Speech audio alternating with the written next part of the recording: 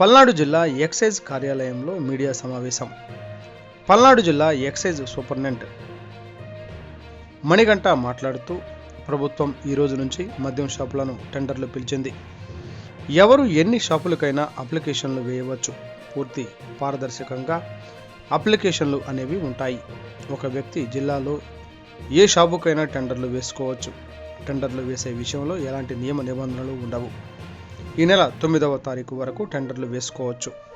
టెండర్లు పూర్తి అయిన తర్వాత జిల్లా కలెక్టర్ గారు డ్రా తీస్తారు. జిల్లాలో మొత్తం 129 షాపులకు అప్లికేషన్లు వేసే వెసులుబాటు ఉంది. 50,000 కన్నా ఎక్కువ ఉన్న జనాభా, 5 లక్షల కన్నా తక్కువ ఉన్న జనాభా స్లాబ్లో 65 లక్షలు రిటైల్ ఎక్సైజ్ ట్యాక్స్ని నిర్ణయించడం జరిగింది. సో మన జిల్లాలో మున్సిపల్ కార్పొరేషన్స్ లేవు కాబట్టి మనకున్న మున్సిపాలిటీస్, నగర పంచాయతీస్ అండ్ మండల్స్ దాని జనాభా ఆధారితంగా 2 స్లాబ్స్ 55 లక్షలు అండ్ 65 లక్షల స్లాబ్స్ ఉన్నాయి. ఆ స్లాబ్స్లో వాళ్ళు ఎవరైతే సక్సెస్ఫుల్ అప్లికెంట్స్ ఉంటారో వాళ్ళు దాన్ని 1 సంవత్సరానికి 6 ఇన్స్టాల్మెంట్స్లో పే చేయొచ్చు. ఇన్స్టాల్మెంట్స్ కూడా ఏ డేట్స్లో ఆ రోజు సక్సెస్ఫుల్ అప్లికెంట్ ఆ రోజే 1/6 ఆఫ్ ది అమౌంట్ పే చేయాలి. అండ్ రిమైనింగ్ 5 ఇన్స్టాల్మెంట్స్ కూడా విత్ ఇన్ టైమ్ స్పాన్లో వాళ్ళకి డేట్స్ మెన్షన్ చేస్తారు. ఆ టైమ్ స్పాన్లో రిమైనింగ్ 5 ఇన్స్టాల్మెంట్స్ పే చేస్తారు.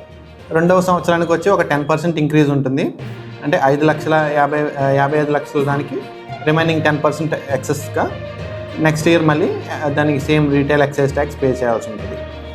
సో ఇది మనకున్న పల్నాడు జిల్లాకు సంబంధించి 2 స్లాబ్స్ ఉన్నాయి కాబట్టి జనాభా ఆధారితంగా 50,000 కన్నా తక్కువ ఉన్న జనాభా, అలాగే 50,000 నుంచి 5 లక్షల వరకు ఉన్న జనాభా ఆధారితంగా 2 స్లాబ్స్కి 55 లక్షలు, 65 లక్షల స్లాబ్స్ మనం నిర్ణయించడం జరిగింది.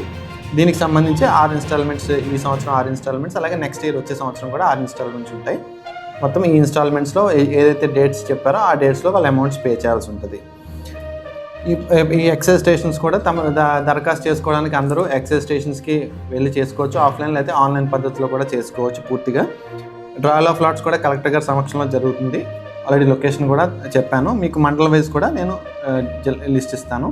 సో అప్లికెంట్స్ ఎవరైతే ఇంట్రెస్ట్ ఉన్నారో వాళ్ళు ముందుగానే అప్లై చేసుకోవాల్సిందిగా కోరుతున్నాను. ఎందుకంటే మళ్ళీ లాస్ట్ మూమెంట్లో రష్ ఎక్కువ ఉండి లాస్ట్ మూమెంట్లో ఈవినింగ్ 5 PM తర్వాత వచ్చి అప్లికేషన్స్ స్వీకరించబడవు కాబట్టి 9వ తారీఖు ఈవినింగ్ 5 గంటల లోపే కాబట్టి ముందుగానే వాళ్ళు దరఖాస్తు చేసుకోవాల్సిందిగా అందరికీ కోరుతున్నాము.